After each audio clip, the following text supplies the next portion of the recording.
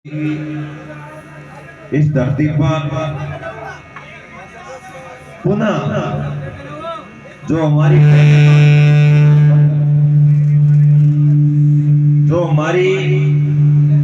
पहले मांगे थी, जिन मांगों को लेकर आप और हम सब ने आदरणीय हमारे पार्टी के सुप्रीमो हनुमान बेनीवाल जी के नेतृत्व में विशाल धरना प्रदर्शन किया था, रैली की थी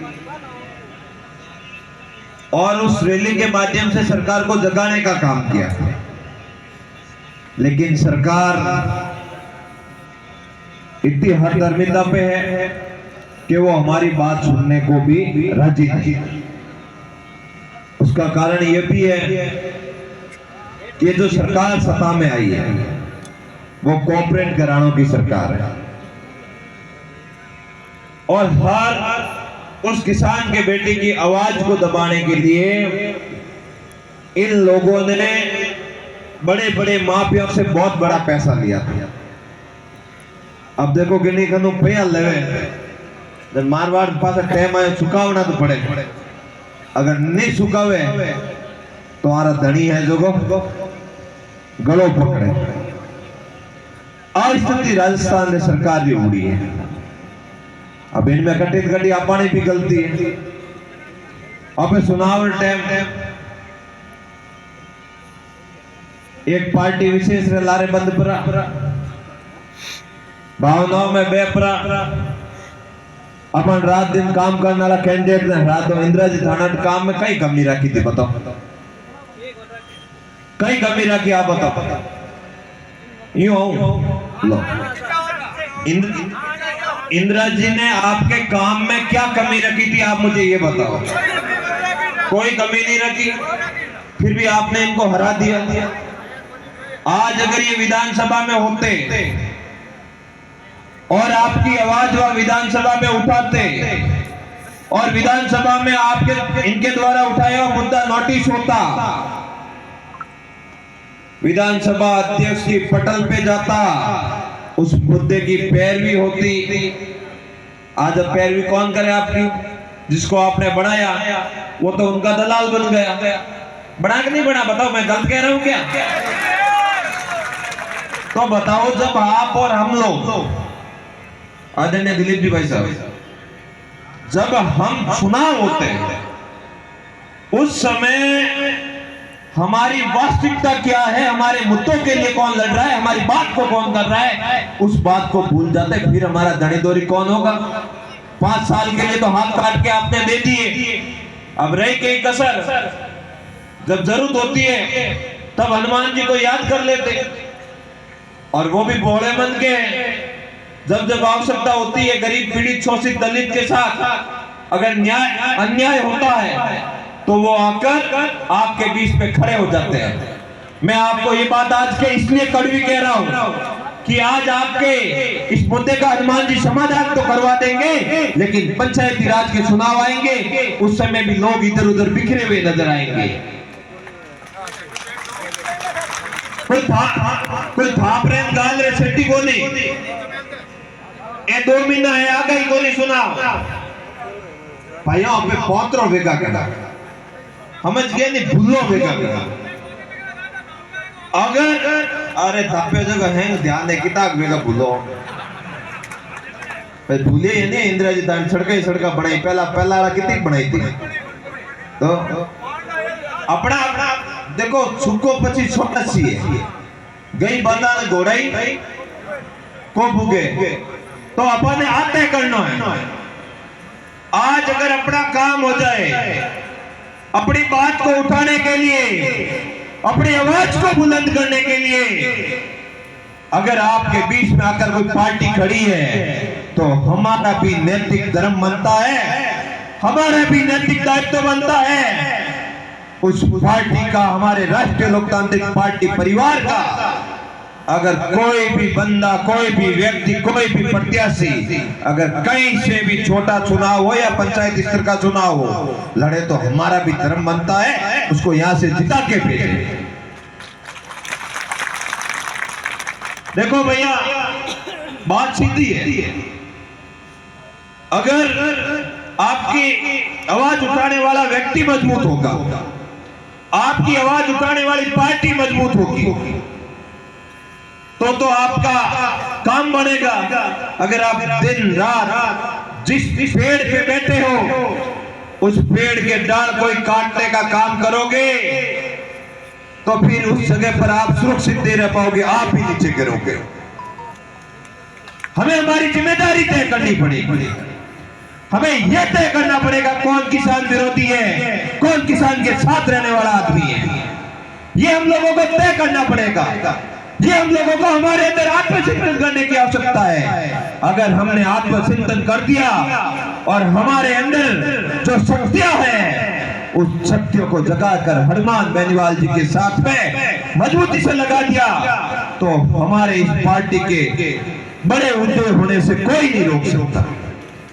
भाइयों, मैं देखता हूं हमारे पार्टी के कार्यकर्ता भी जब भी कोई मुद्दा होता है सोशल मीडिया से लगाकर धरातल तक बहुत मजबूती से उसकी पैरवी करते हैं।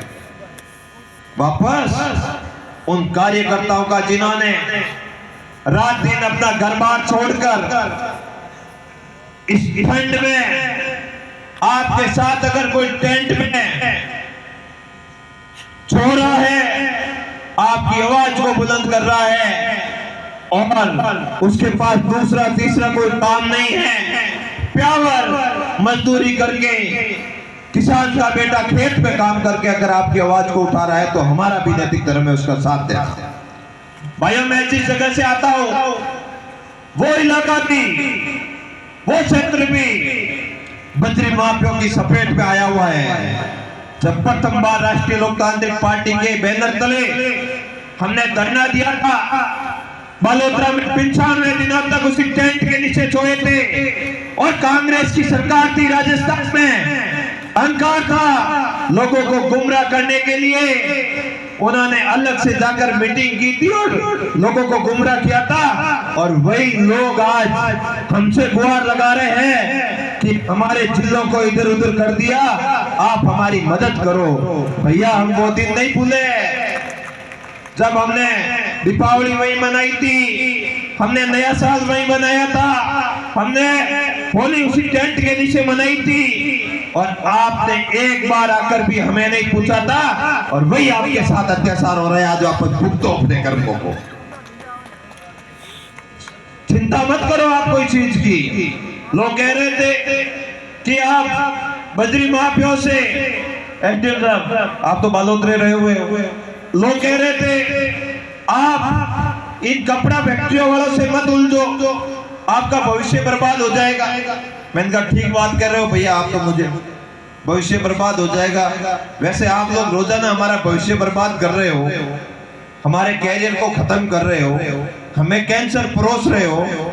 हमारा तो वैसे ही कैरियर और भविष्य आप बर्बाद ही कर दिया है, पीछे क्या छोड़ा। अगर मातृभूमि की रक्षा के लिए हमें अगर प्राण त्यागने पड़े तो भी त्यागने के लिए तैयार है, आपका इलाज करेंगे। लोगों ने कहा हनुमान बेनीवाल जी आपके लिए इस आवाज को नहीं उठाएंगे। मैंने कहा मैंने उस शेर दिल इंसान का साथ दिया है, उनके साथ में खड़ा हूं।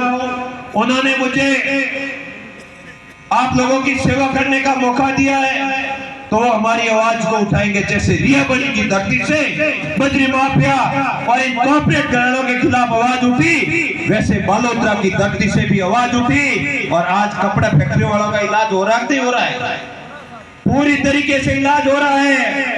जो माफिया कह रहे थे कि अगर परिंदा भी हमारे फैक्ट्री के अंदर पर मार जाए तो वो वापस जिंदा नहीं जाएगा और उनकी फैक्ट्रियां तहस-नहस हो रही है। ये राष्ट्रीय लोकतांत्रिक पार्टी की ताकत है, ये किसान के बेटों की ताकत है, ये आपकी और हमारी ताकत है। ये उन लोगों के अंदर ताकत नहीं है। हमारे अभी नए तरीके से परिसीमन हुआ बालोतरा बाहर में जिले का, बीजेपी वालों ने बदमाशी की, दिल्ली की सीमाओं के साथ तोड़ मरोड़ किया, तो उन लोगों ने कांग्रेस वाले वहां धरने पर बैठे।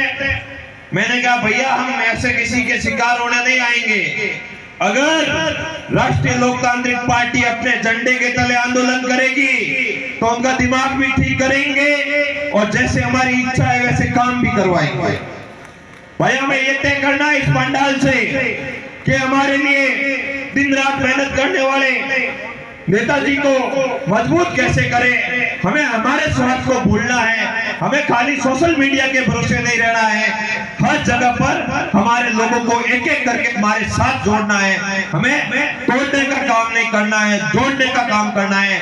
आप ये भूल जाओ, अगर हमें न्याय चाहिए, हमें आने वाले समय में स्थायी रूप से हमारे किसानों की आवाज बुलंद हो, ऐसा काम चाहिए, तो निजी स्वार्थ को भूलकर हमें कुछ मिले या ना मिले, हम कुछ बड़े या ना बने, एक बार राष्ट्रीय लोकतांत्रिक पार्टी की राजस्थान में सरकार बननी है। अगर सरकार बन गई तो ऑटोमेटिकली सारी जो राक्षस शक्तियां है वो शक्तियां भाग जाएगी और हनुमान जी का राज आएगा।